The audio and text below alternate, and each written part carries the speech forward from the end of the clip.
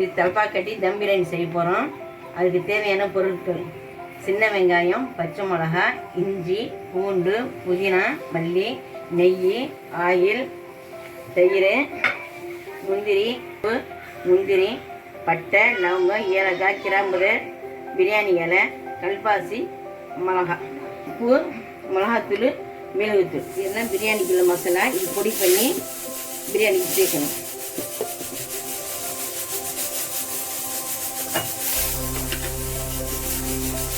போட்டவங்க எல்லாத்தையும் ஒன்றா சேர்த்து போட்டு இது தம் பிரியாணிக்கு உள்ளது. பிரியாணிக்கு எல்லாத்தையும் பொடி பண்ணி எடுத்துக்கலாம்.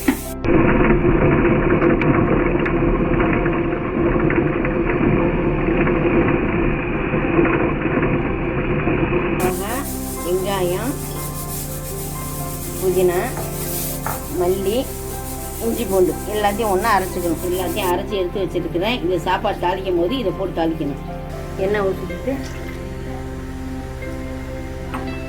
எண்ணெய் காஞ்சதும் பட்டை, லவங்கம், ஏலக்காய் போட்டு நல்லா பொரியணும். பொரிஞ்ச பிறகு இதை போட்டு தாளிக்கணும். வெங்காயத்தை அரைச்சி வச்சுக்கிறத போட்டு தாளிக்கணும்.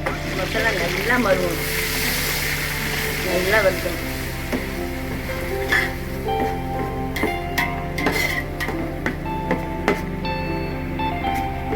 நல்லா மறுவற வரைக்கும் நல்லா கிண்டிக்கிட்டே இருங்க. அடி பிடிச்சிடும். அப்பப்போ கிண்டிக்கிட்டே இருங்க.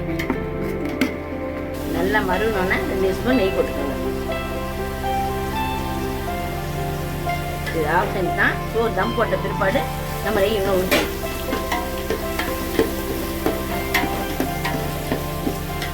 இப்போ மிளகாத்தூள் 2 ஸ்பூன் போட்டுக்கோங்க.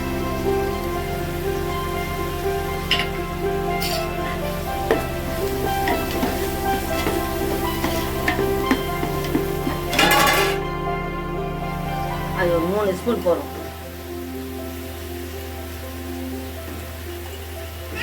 பொடி பண்ண மசாலா போட்டு கிண்டி இருக்கும். நல்லா வாசனை வர வரைக்கும் நல்லா வதக்குங்க. கிண்டும் போது வாசனை செம்மையாக இருக்குது. மறுனோன்னு தயிர் ஆட் பண்ணுங்க.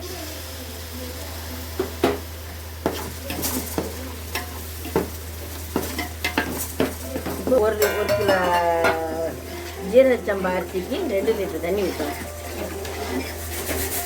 1 கிலோ அரிசிக்கு 2 லிட்டர் தண்ணி ஊற்றிருக்கிறோம். இப்போ மசாலா குடியிருக்கு. இப்போ ஒரு பிடி கையால் ஒரு பிடி உப்பு போடுறோம்.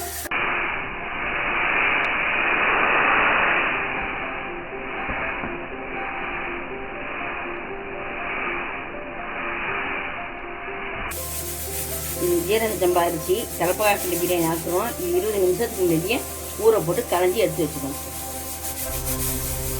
அப்போ தான் சோறு பஞ்சு போல நல்லாயிருக்கும். கறி வெந்துருச்சு. கையால் அழுத்தி பார்த்துக்கணும். நல்லா சூப்பராக பஞ்சு மாதிரி வெந்துருச்சு. கறி நல்லா பஞ்சு மாதிரி வெந்துருச்சு. இப்போ கறி எடுத்துக்கு குருமாவில் போகிறோம். குருமாவில் போட்டு நல்லா ஒரு கிண்டி விட்டு நல்லா கொதிக்க வரும். ஒரு 5 நிமிஷம் கொதிச்ச பிற்பாடு அரிசியை போட்டு தம் போடும்.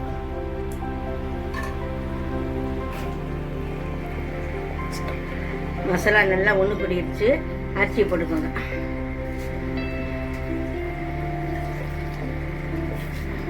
தண்ணி இல்லாமல் அரிசியை வடிகட்டி போடணும். 1 கிலோ அரிசிக்கு 2 லிட்டர் தண்ணி ஊற்றணும். அதிகமாக ஊற்றினாக்கா சோறு குழஞ்சிடும். கம்மியாக ஊற்றினீங்கன்னா சோறு விதையாயிடும். கரெக்டான பதம் வந்து 1 லிட்டர் 1 கிலோ அரிசிக்கு 2 லிட்டர் தண்ணி தான். அரிசியை போடும்போது நல்லா வடிகட்டி போடுங்க.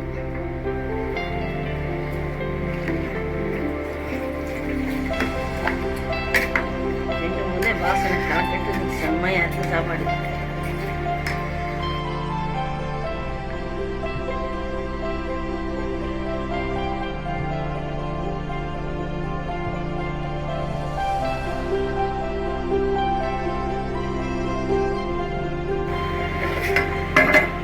சாப்பாடை திறந்து ஒரு கிண்டி விட்டுக்கணும். ஒரு பரட்டி விட்டுக்கணும்.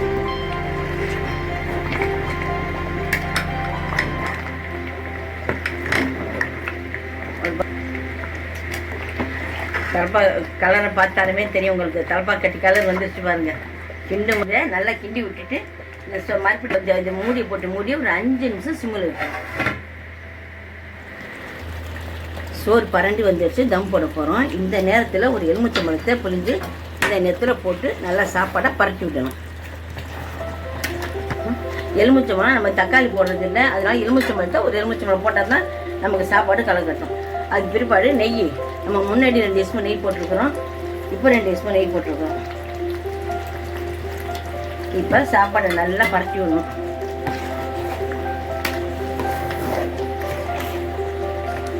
நல்லா சாப்பாடை பரட்டி விட்டுட்டு இப்போ புதினா மல்லியை மேலே பருப்புன்னு அப்படி தூவி விடணும். புதினா மல்லியும் அப்படி பருப்பு மேலே தூவி விடணும். தூவி விட்டுட்டு இப்போ தக்காளியை போட்டு சாப்பாடை மூடணும். சாப்பாடை மூடி நம்ம பக்கத்தில் ஒரு தோசைக்கல்லை வச்சு அது மேலே வந்து சாப்பாடை தூக்கி வைக்கணும். வச்சிடணும். இது மேலே வச்சுட்டு 20 நிமிஷம் தம் கொடுக்கணும். அது மேலே ஒரு சட்டி தண்ணி எடுத்து சாப்பாடு மேலே வச்சிடணும். வச்சு ஹையில் ஒரு 5 நிமிஷம் இருக்கணும். ஒரு 5 நிமிஷம் கழித்து கொஞ்சம் கம்மி பண்ணி வைக்கணும். பாதியில் வைக்கணும் அடுப்பு வச்சு 20 நிமிஷம் கழிச்சு சொத்து திருப்பி போகிறோம். 20 நிமிஷம் ஆச்சு. இப்போ இறக்கி வச்சுட்டு சொத்தை திருப்பி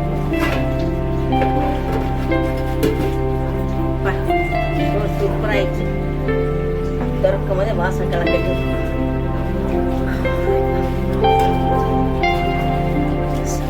சாப்பாடு.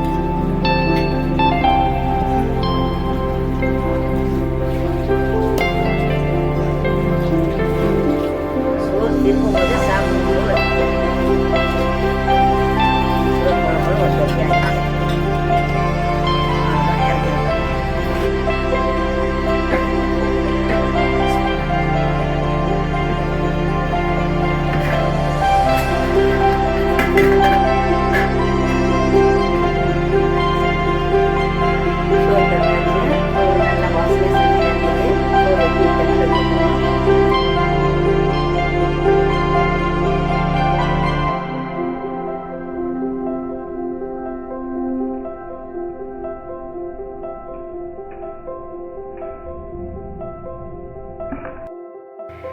சாப்பாடு பாருங்கம்மா, ஒத்தையாக இருக்குது. நல்லா பஞ்சு மாலி வெந்திருக்கு. கறியும் நல்லா சாஃப்டாக வெந்திருக்குது. உங்கள் வீட்டில் செஞ்சு பார்த்துட்டு சொல்லுங்கள் எப்படி இருக்குன்னு சொல்லுங்கள்.